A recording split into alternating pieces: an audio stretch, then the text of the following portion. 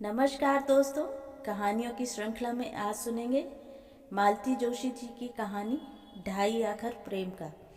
लेकिन उससे पहले मेरा आपसे विनम्र अनुरोध है कि अगर आपको मेरी कहानियाँ अच्छी लगती हैं तो मेरे चैनल को सब्सक्राइब ज़रूर करें, लाइक करें और अपने दोस्तों और परिचितों में शेयर भी करें। बेल आइकन दबाना बिल्कुल भी ना भूलें। आज सुनिए ढाई आखर प्रेम का। टन घंटा बजा और शेफाली की धारा प्रवाह वाणी जहाँ की तहाँ रुक गई। अमर अकबर एंथोनी की कहानी अपने क्लाइमेक्स पर पहुँच रही थी और इस मरे घंटे को अभी बजना था। कीर्ति को इतना ताव आया कि किताबें समेटती शेफाली का हाथ पकड़कर उसने कहा, पहले कहानी तो पूरी कर, आगे का हाल पर्दे पर देखिए। शेफाली ने चप्पलों में पांव देते हुए कहा, तू सुनाती है तो पर्दे पर देखने का ही मजा आ जाता है। सच, ऐसा लग रहा है कि हॉल की बिजली एकाएक गुल हो गई हो। जल्दी से शुरू हो जा, नहीं तो मैं सीटी मारना शुरू कर दूंगी, कीर्ति ने धमकी दी। अरे कुछ याद भी है, आज टीपू सुल्तान का पीरियड है, पहले ही वह हमसे खार खाए हुए हैं, शेफाली ने कहा। पर कीर्ति नहीं मानी। उसे जबरदस्ती हाथ पकड़कर बिठा ही लिया। हार कर शेफाली को कहानी पूरी करनी ही पड़ी। पर अब उसमें पहले किसी रवानगी नहीं थी।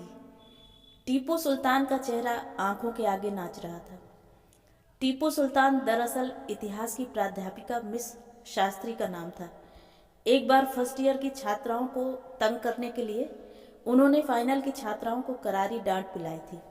बस तभी से उन्हें यह पदवी दे दी गई थी। लड़कियां वाकई नाराज हो गई थीं। जब फर्स्ट ईयर में थी तब उन्हें रैगिंग से बचाने कोई नहीं आया था। अब ये अच्छी मिस शास्त्री आ गई हैं, न्यू कमर्स के सामने उनकी किरकिरी कर दी। उनका सारा रोब चौपट हो गया। इसीलिए उनका नामकरण करके लड़कियों ने अपना गुबार उतारा था। कीर्ति ने इत्मीनान से उठकर लॉन की घास फूस कपड़ों से झाड़ते हुए कहा, अगर पहले से पता होता कि इस बला से पढ़ना पड़ेगा तो कभी हिस्ट्री नहीं लेती, पर अब तो फंस ही गए हैं। शेफाली ने कोई जवाब नहीं दिया। कीर्ति का यूं मजे मजे से उठना, हौले हौले चलना उसके मन में घबराहट उत्पन्न कर रहा था। पीरियड लगभग आधा हो चला था। कमरे के बाहर से ही मिस शास्त्री की धारदार आवाज सुनाई दे रही थी।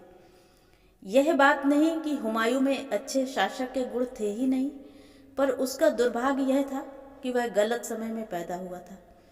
हालात उस समय कुछ ऐसे थे कि दिल्ली के तख्त को एक आयरन मैन की, एक लौह पुरुष की जरूरत थी। अपने खूबसूरत नाम के बावजूद हुमायूं, मे आई कम इन मिस? नो। यह नो इतना दबंग और अनपेक्षित था कि सारी कक्षा सकते में आ गई। कीर्ति तो पहली कतार तक पहुंच भी चुकी थी, बुत बनी वहीं खड़ी रह गई। Did you hear me? Miss Shastri की सख्त आवाज दोनों को चौंका गई। कीर्ति ने एक बार आंख उठाकर मिस शास्त्री को देखा, फिर सारी क्लास को देखा और फिर शेफाली का हाथ पकड़कर धीरे धीरे क्लास से बाहर चली गई। शर्म और अपमान से दोनों भीतर तक लाल हो गई थीं, पर वे स्कूली लड़कियां तो थी नहीं कि इस बात पर ढुमुल ढुमुल रोती रहती। यह प्रसंग तो उनके उफनते व्यक्तित्व के लिए एक चुनौती भर गया था। बेवकूफ की तरह दरवाजे से ही क्यों चिपकी रह गई? कीर्ति ने अपना गुस्सा उतारते हुए कहा, तुम्हारी वजह से रुक गई, नहीं तो मैं सीधे सीट पर ही जाकर दम लेती, फिर देखती वे कैसे उठाती। शेफाली कुछ नहीं बोली। उससे कीर्ति की तरह बोल्ड नहीं हुआ जाता था। दोनों फिर लॉन में बैठ गईं और कीर्ति ने रजनीगंधा का गीत छेड़ दिया। आगे वाला घंटा भी गीत संगीत में ही डूब गया। इकोनॉमिक्स के पीरियड में सब लोग इकट्ठी हुई तो मिस शास्त्री की जाति की ही चर्चा चल रही थी। लड़कियां उन्हें कोस रही थी। सिर्फ सुरक्षा ने उनका पक्ष लिया। वह बोली कि कीर्ति और शेफाली अक्सर लॉन में या कैंटीन में बैठी रहती हैं, किसी भी पीरियड में समय से नहीं पहुंचती। आखिर टीचर कहाँ तक सब्र करे? वह बेचारी बात पूरी भी नहीं कर पाई थी कि शेम शेम के नारों ने उसे चुप करा दिया। मिसेस वर्मा अपनी बिनाका छाप मुस्कुराहट बिखेरती कक्षा में ना आती तो पता नहीं यह हंगामा और कितनी देर चलता।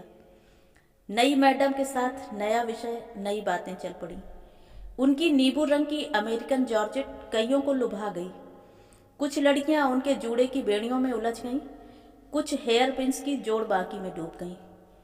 पिछली बातें किसी को याद न रहीं सिवाय कीर्ति और शेफाली के। गनीमत थी कि मिस शास्त्री का पीरियड हफ्ते में सिर्फ 2 या 3 बार पड़ता था। उसे एकदम गोल कर देने से भी उपस्थिति में कोई फर्क नहीं पड़ता। कीर्ति की यही सलाह थी, पर उसकी तुलना में शेफाली कुछ दब्बू स्वभाव की थी। फिर प्रिंसिपल मैडम का उसकी बुआ के यहाँ आना जाना था। उसे अक्सर डर लगा रहता कि शरारतों की भनक घर तक न पहुँच जाए। परिणाम यह हुआ कि अगली बार जब मिस शास्त्री की क्लास पड़ी तो दोनों समय से ही कक्षा में पहुँच गई थी। रोल कॉल लेने के बाद मिस शास्त्री कुर्सी से उठ आईं। टेबल से पीठ लगाकर खड़े होते हुए उन्होंने अपने सहज और सधे हुए स्वर में कहना प्रारंभ किया। शेर शाह सूरी के संबंध में लिखते हुए भी इतिहासकार इस बात पर एक मत हैं कि वह एक वीर, प्रतिभा संपन्न और राजनीति कुशल शासक था। बाद में अकबर ने भी उसकी कई नीतियों को ज्यों का त्यों ग्रहण किया। इससे उसकी योग्यता का अंदाजा लगाया जा सकता है। यह उसका दुर्भाग्य था कि मृत्यु ने इतनी जल्दी उसका वरण कर लिया। मे आई कम इन मिस? शेर शाह सूरी के शासनकाल से कक्षा एकदम 20वीं सदी में लौट आई थी। दरवाजे पर सुरक्षा खड़ी थी, हांफती हुई, साड़ी के पल्लू से पसीना पोंछती हुई। यस कम इन, मीठे स्वर में उत्तर मिला। पुस्तकें संभालती हुई सुरक्षा अपने स्थान पर आ बैठी। इस अन्याय को देखकर शेफाली के मन में एकदम कसमसाहट सी हुई, पर वह जब्त करके रह गई। लेक्चर आगे चल पड़ा था। हाँ, तो हम देख रहे थे कि मिस, कीर्ति एकदम तनकर खड़ी हो गई। This is sheer partialities. Pardon, all latecomers should be treated alike, Kirti ने रोब से उफनते हुए कहा। मिस शास्त्री कुछ क्षणों से घूरती नहीं, फिर बोली, प्लीज सिट डाउन। अब शेफाली को जोश आ रहा था। एक्सप्लेन करने के लिए मैं बाध्य नहीं हूं, बैठ जाओ, मिस शास्त्री ने दबंग स्वर में कहा। कीर्ति का मन हुआ वॉकआउट कर जाए, पर शेफाली का भरोसा नहीं था, इसलिए चुपचाप बैठ गई। कक्षा में बड़ी देर तक खुसुर फुसुर होती रही। जब शोर कुछ थमा तो मिस शास्त्री ने कहा, सुना, क्या तुम लोगों में से कभी कोई लेट नहीं आया? क्या मैं सबको क्लास में अलाउ नहीं करती? इतना समझने की अक्ल तो मुझ में है कि कौन किस कारण से देर में आता है। यह लड़की है सुरक्षा। इसके घर में माँ बीमार हैं, 4 छोटे भाई बहन हैं।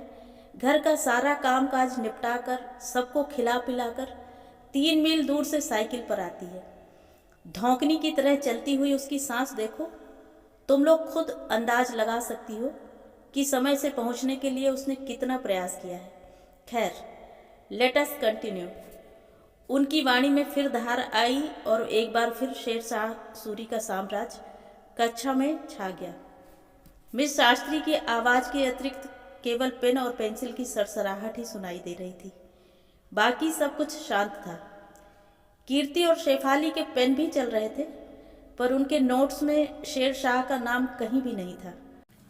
वे पास पास बैठी लिखित वार्तालाप कर रही थीं, जिसका रूप कुछ इस प्रकार था। कीर्ति, तुमने सफ़ेद कौवा देखा है? रोज देखती हूँ। काले कौवे के मुकाबले में उसकी आवाज़ कैसी लगती है? काला कौवा तो फिर भी सुर में काँव काँव करता है। दफ्तर की घड़ी को क्या हो गया? कहीं हार्ट फेल तो नहीं हो गया उसका? नहीं, वह टीपू सुल्तान की मैयत में गई है। अपनी धुन में इतनी मगन थी दोनों कि पता ही नहीं चला कब लेक्चर समाप्त हुआ, कब लड़कियों ने अपनी कॉपियां बंद कर दी। उन दोनों के पेन सर्राटे से चल रहे थे। बड़ी देर बाद उन्हें होश आया। देखा सारी कक्षा की आंखें उन्हीं पर केंद्रित हैं। हड़बड़ाहट के साथ उन्होंने अपनी कॉपियां बंद की और आंख उठाकर देखा, सामने अपनी कुर्सी पर बैठी मिस शास्त्री मुस्कुरा रही थी। सुनो भाई, मैं जरा देखना चाहती हूँ तुम लोग नोट्स कैसे लेती हो। आज कॉपियाँ ले जाऊंगी, कल लेती आऊंगी। कल तो पीरियड है ही। वंदना, जरा इकट्ठा करना भाई। और वे उसी तरह मुस्कुराते हुए कक्षा से बाहर निकल गई। घंटे की भी प्रतीक्षा नहीं की। दूसरे दिन इतिहास के पीरियड में दोनों बहुत शान से दाखिल हुए। मिस शास्त्री को उन्होंने खूब छकाया था। शेफाली ने कॉपी में से कागज फाड़ लिए थे और कीर्ति ने तो कॉपी दी ही नहीं थी। अपनी शरारत का लिखित प्रमाण देने में तुक ही क्या था। मिस शास्त्री ने आते ही सारी कॉपियां वंदना को संभलवा दी। रोल कॉल लिया और फिर सहज भाव से पर्स खोलने लगी। बोली, पता है ना भाई, कल शाम कैसी आंधी आई थी। मैं उस समय तुम लोगों की कॉपियां देख रही थी। सारे कमरे में कॉपियां बिखर गई। उन्हें तो किसी तरह समेट लिया, पर ये अल्लम गल्लम सामान जो निकला, उनके मालिकों को पहचानना मुश्किल हो गया। यह रहा एक स्वेटर का नमूना। जिस किसी का भी हो, मैं इसे उतार कर ही लौटाऊंगी। ये लॉन्ड्री की रसीद बिमला शुक्ला की है। ये पोस्ट कार्ड सुरक्षा तुम्हारा है, याद से पोस्ट कर देना। यह एक गाना लिखा हुआ है, मायरी मैं कासे कहूँ पीर अपने जिया की। रीता सक्सेना ने उठकर हाथ बढ़ा दिया। गाने का कागज उसे थमाते हुए वह बोली, बहुत प्यारा गीत है, ठीक से याद करके आना तो एक दिन सुनेंगे। और यह खत किसका है भाई? जन्मदिन की बधाई है शायद। एक नीला नोट पेपर उनकी अंगुलियों में झूल रहा था। सारी कक्षा चुप बैठी हुई थी। अरे, इसका कोई वारिस नहीं है? देखो, इस पर नाम तो नहीं है, पर यह इस तरह शुरू होता है। एकाएक शेफाली उठ खड़ी हुई। मिस, यह मेरी चिट्ठी है। तुम्हारी? किसने लिखी है तुम्हें? शेफाली कानों तक लाल हो आई, पर कीर्ति ने उसे उबार लिया। वह हमेशा की तरह तनकर खड़ी हो गई और बोली, यह खत मैंने लिखा है मिस, कोई ऐतराज? उसका स्वर आक्रामक था, पर मिस शास्त्री उसी स्वाभाविक शांत स्वर में बोली, अगर तुमने लिखा है तब तो कोई ऐतराज नहीं है।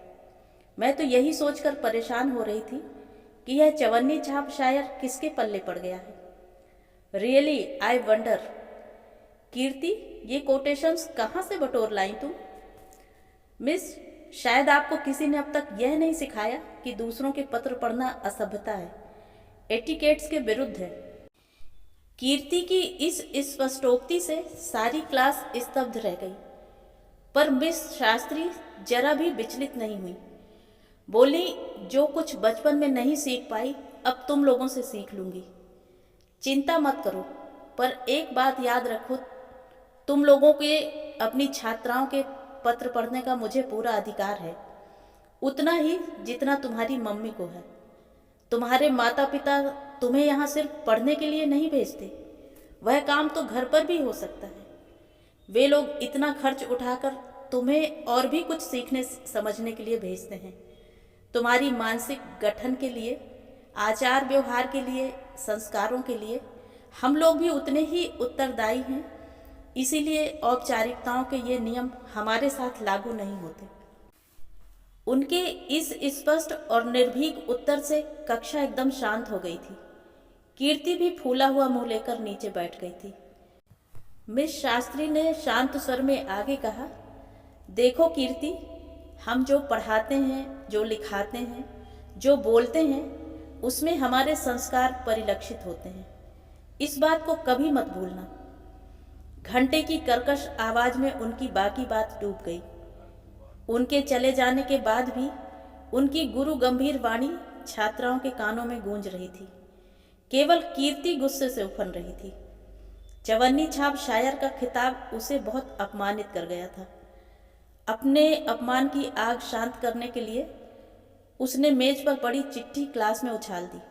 लो पढ़ो इसे, बताओ तो जरा इसमें ऑब्जेक्शनेबल क्या है।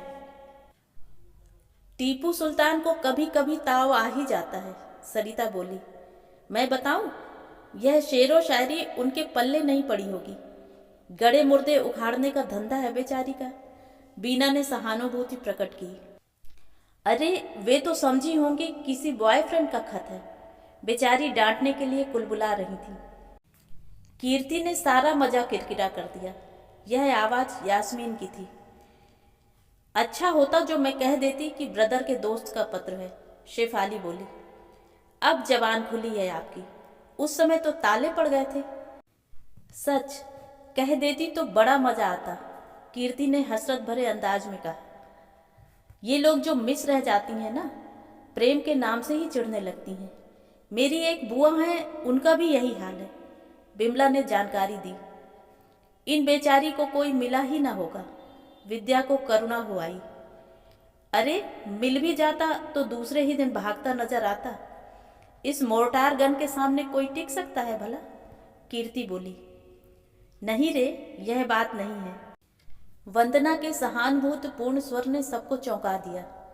पता है, अपने माँ बाप की अकेली लड़की है, भाई भी नहीं है, पेरेंट्स इतने बूढ़े हैं, पिताजी के तो एक हाथ भी नहीं है, इसी से शायद शादी नहीं की है अब तक। तभी तो अपनी परिस्थिति का गुबार हम पर उतारती हैं, शेफाली ने तुनक कर कहा। अगले हफ्ते जब शास्त्री का पीरियड आया, तब लड़कियों ने बोर्ड पर यह जुमला देखा, हाय कमबख्त, तूने पी ही नहीं। दूसरे दिन, पोथी पढ़ पढ़ जगमुआ पंडित भया न कोय, ढाई आखर प्रेम का पढ़े सो पंडित होए। फिर एक दिन, काकी जी दुबले क्यों, शहर के अंदेशे से। अगली बार, इस भरी दुनिया में कोई भी हमारा न हुआ। मतलब यह कि शेफाली हर बार कुछ अच्छा सा सोचकर आती और कीर्ति अपने खूबसूरत अक्षरों से उसे बोर्ड पर उतार देती। साथ वाली लड़कियों को भी इसमें मजा आने लगा। हर बार उत्सुकता बनी रहती कि इस बार क्या लिखा जाएगा। वे स्वयं भी कोई अच्छा सा शेर सुझाव के तौर पर ले आती, किंतु फिर भी खेल जम नहीं रहा था। जिनके लिए इतनी माथापच्ची की जा रही थी, उन पर इसका कोई प्रभाव नहीं पड़ रहा था। वे उसी सहज भाव से कक्षा में आती, रोल कॉल लेती और लेक्चर शुरू कर देती। अगर कोई मानचित्र बनाना होता तो डस्टर उठाकर निर्लिप्त भाव से बोर्ड साफ कर देती और शुरू हो जाती। उनके चेहरे की रेखाओं में कोई परिवर्तन नहीं आता। धीरे धीरे इस शरारती जोड़ी का जोश भी ठंडा पड़ चला। एक पक्षी नोकझोंक भला कहाँ तक चलती। फिर जैसे जैसे परीक्षाएं निकट आती जा रही थीं, वातावरण अपने आप गंभीर हो चला था। पढ़ाई का भूत सबके सिर पर सवार हो गया था। बेकार की बातों के लिए समय नहीं था। फिर अचानक एक दिन घोषणा हो गई, फरवरी के प्रथम सप्ताह में वार्षिक स्नेह सम्मेलन होने जा रहा है। बस घोषणा क्या हुई, लड़कियों ने अपनी ओढ़ी हुई गंभीरता उतार फेंकी और जोर शोर से उत्सव की तैयारी में जुट गईं। साल भर में यही तो एक अवसर होता है प्रतिभा प्रदर्शन का। खेल कूद, वाद विवाद, निबंध, कविता, गीत, नृत्य, नाटक, अपनी अपनी रुचि के कार्यक्रमों का मंच सबके लिए खुला था। इस बहती गंगा में भी जो सूखी रह जाती थीं, वे दर्शक और श्रोता की भूमिका निभाती थीं। प्रतिवर्ष की भांति इस वर्ष भी स्नेह सम्मेलन आनंद और उत्साह के वातावरण में संपन्न हुआ। अंतिम दिन डिनर का आयोजन हुआ। सांस्कृतिक कार्यक्रम के बाद सबसे ज्यादा आकर्षण इसी का होता था। अध्यापक और छात्राओं के बीच की औपचारिकता की दीवार उस दिन के लिए टूट जाती थी। सब लोग मिलकर खाते थे। दूसरे दिन सब लोगों के नाम पर फरमाइशी रिकॉर्ड्स बजते थे। उनसे बहुत मनोरंजन होता था। इस वर्ष फरमाइशी प्रोग्राम का भार कीर्ति और शेफाली ने अपने ऊपर ले लिया था। रिकॉर्ड्स का चुनाव शेफाली ने किया था और उन्हें अपने बेलौस अंदाज में प्रस्तुत किया कीर्ति ने। अपनी सूझबूझ का परिणाम देखने के लिए शेफाली स्टाफ के आसपास ही मंडरा रही थी। पहला गीत प्रिंसिपल मैडम के नाम था। चल चल चल मेरे साथी, ओ मेरे हाथी, चल ले चल खटारा खींच के। गीत के शुरू होते ही हॉल में हंसी का फव्वारा छूट पड़ा। अपनी दीर्घ काया को हिलाते हुए वे बोली, तुम लोग कुछ भी कहो, अपनी मॉरिस को मैं छोड़ने वाली नहीं। बेचारी 20 साल से मेरा साथ दे रही है। मेरी ही तरह बूढ़ी और बेडौल है बेचारी। दूसरा गीत वाइस प्रिंसिपल मिसेस चटर्जी के लिए था। यशोमती मैया से बोले नंद लाला, राधा क्यों गोरी मैं क्यों काला। मिसेस चटर्जी का एकमात्र पुत्र इसी वर्ष अमेरिका से लौटा था। लौटते हुए एक अमेरिकन बहू साथ ले आया था। गीत बजते ही पंडाल तालियों से गूंज उठा। लोगों ने खुलकर दाद दी। फिर एनसीसी वाली मिस कर्णिक का नंबर था। कैंप में इस बार कॉलेज का ग्रुप पहले नंबर पर रहा था और मिस कर्णिक ने सबको पिक्चर दिखाने का वादा किया था। उनके लिए गीत बजा, जो वादा किया वो निभाना पड़ेगा। याद है, उन्होंने खड़े होकर सबको आश्वस्त करते हुए कहा। फिर मिसेस वर्मा की बारी थी। पापा को मम्मी से, मम्मी को पापा से प्यार है। मिसेस वर्मा नई दुल्हन की तरह शर्मा गई। उनकी लव मैरिज थी। अब भी सुबह शाम मिस्टर वर्मा स्कूटर लेकर उन्हें लेने और छोड़ने आते रहे हैं। इस फरमाइशी चुटकी का स्टाफ मेंबर्स ने भी लाभ उठाया और मिसेस वर्मा को परेशान कर डाला। बेचारी शालीनता से मुस्कुराती रही। एक बार फिर माइक पर कीर्ति की आवाज गूंजी और अब देखिए मिस शास्त्री क्या गा रही हैं। हम सबकी शुभकामनाएं उनके साथ हैं। गीत शुरू हुआ। आएगी जरूर चिट्ठी मेरे नाम की, तब देखना। एकदम सन्नाटा सा खिंच गया। स्टाफ मेंबर्स पशोपेश में पड़ गईं। प्रिंसिपल मैडम का चेहरा तमतमा उठा।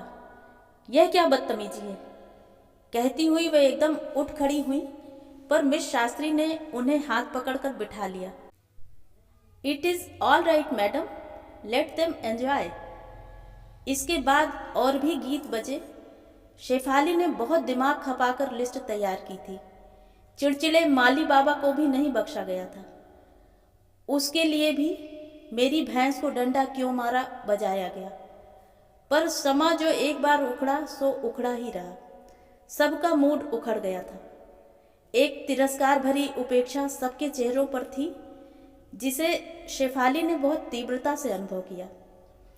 और यह तिरस्कार, यह उपेक्षा गैदरिंग के बाद भी उनका पीछा करते रहे। कहीं कुछ भूल हो गई थी। उनसे किसी ने प्रत्यक्ष रूप से कुछ कहा तो नहीं, पर वे इसे समझ गई थी। एक गहरी आत्मग्लानि में दोनों डूब सी गईं। उनका चहकता व्यक्तित्व कुछ दिनों के लिए एकदम शांत हो गया।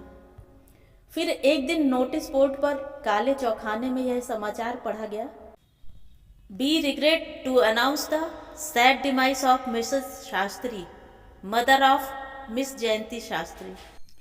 इसके साथ ही शोक सभा की सूचना भी थी और जैसा कि होता है, शोक सभा के बाद कॉलेज की छुट्टी कर दी गई। कक्षा की सब लड़कियां मिलकर मिस शास्त्री के घर जाने की योजना बनाने लगीं। कीर्ति और शेफाली को साथ जाना बड़ा अटपटा लग रहा था, पर पीछे छूट जाना और भी बुरा लग रहा था। आखिर उन्होंने सबका साथ देने का ही निर्णय कर लिया। शाम को सब लोग झुंड बनाकर मिस शास्त्री के घर पहुंच गईं। दरवाजे पर ही मिसेस वर्मा दिख गईं। उन लोगों को आश्चर्य भी नहीं हुआ। सभी जानती थी कि मिस शास्त्री और मिसेस वर्मा में गहरी छलती है। मिसेस वर्मा ने बैठने का संकेत किया तो वे वहीं छोटी सी दरी पर सिमटकर बैठ गईं। ऐसे मौकों पर क्या कहना चाहिए उन्हें कुछ भी पता नहीं था।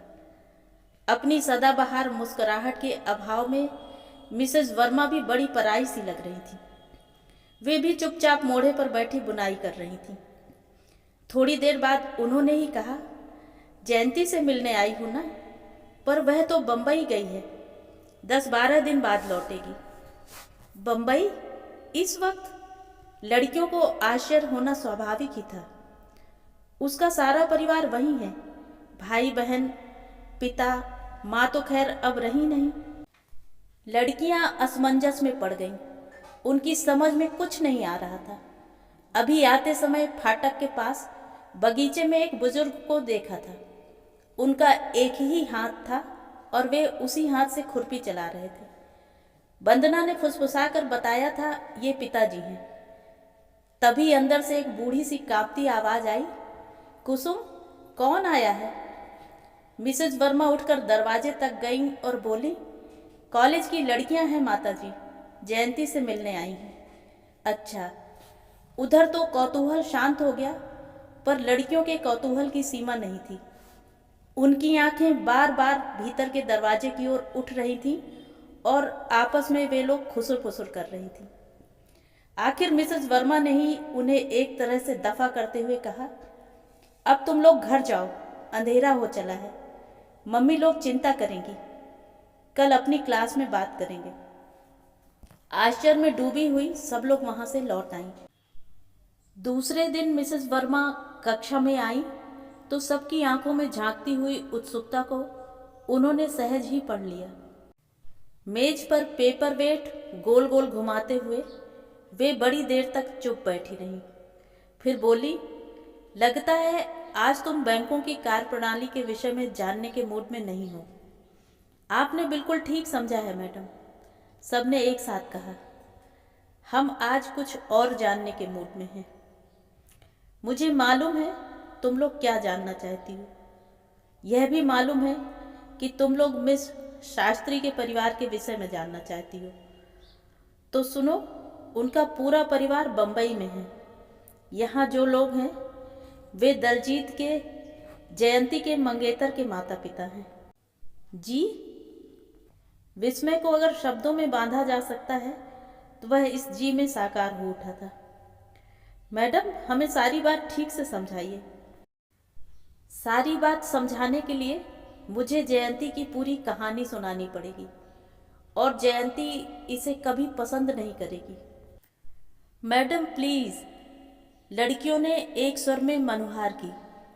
उनका अनुरोध टालना मिसेस वर्मा के लिए संभव नहीं हुआ। बहुत धीरे धीरे उन्होंने कहना शुरू किया। लड़कियां एकाग्र होकर सुनने लगीं। तुम्हें शायद मालूम ना हो, मैं और जयंती हाई स्कूल से साथ साथ पढ़ते आए हैं। हम लोगों ने साथ ही हाई स्कूल पास किया, साथ ही कॉलेज में दाखिला लिया और एक साथ ही बीए पास किया।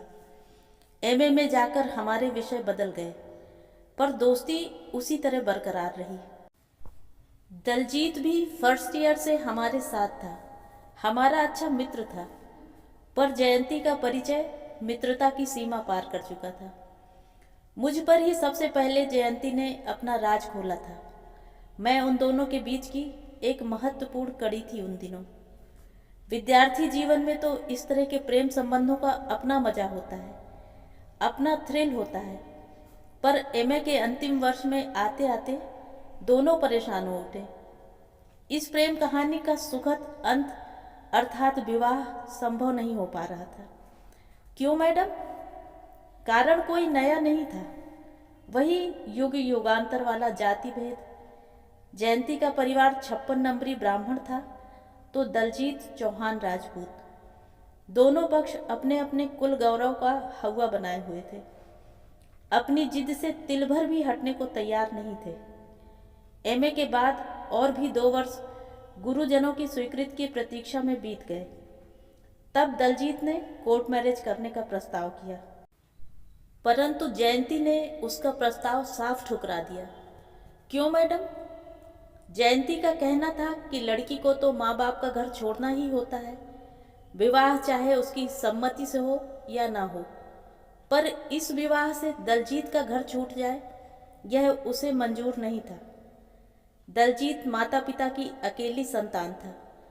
पिता इंडियन आर्मी में सूबेदार थे और एक बाह जर्मनी की भेंट चढ़ाए थे। एक छोटी सी पेंशन और दलजीत के अलावा उनके पास कुछ नहीं था। जयंती से विवाह करके दलजीत उन दोनों प्राणियों को असहाय छोड़ दे, यह जयंती को स्वीकार नहीं था। इसके बाद कुछ तो निराशा से उबरने के लिए और कुछ अपने राजपूती रक्त के कारण दलजीत सेना में चला गया। जयंती ने भी नौकरी कर ली। साल भर बाद पहली छुट्टी में दलजीत घर आया। आते ही उसने अपना प्रस्ताव दोहराया, पर जयंती अपने निश्चय पर अडिग थी। वह उल्टे उसे किसी सजातीय कन्या से विवाह करने का आग्रह करने लगी। उन्हीं दिनों बांग्लादेश का मुक्ति संग्राम छिड़ गया। छुट्टी के 8 दिन भी नहीं बीते थे और दलजीत का बुलावा आ गया। इस बार आलम यह था कि जयंती शादी की जिद पकड़े थी और दलजीत मना कर रहा था। वह जयंती को किसी प्रकार के बंधन में नहीं डालना चाहता था। जंग से लौटकर सोचेंगे, हर बात के लिए उसका यही उत्तर था। लेकिन जंग से दलजीत नहीं लौट सका। लौटा उसका सामान और उसके शहीद होने का समाचार।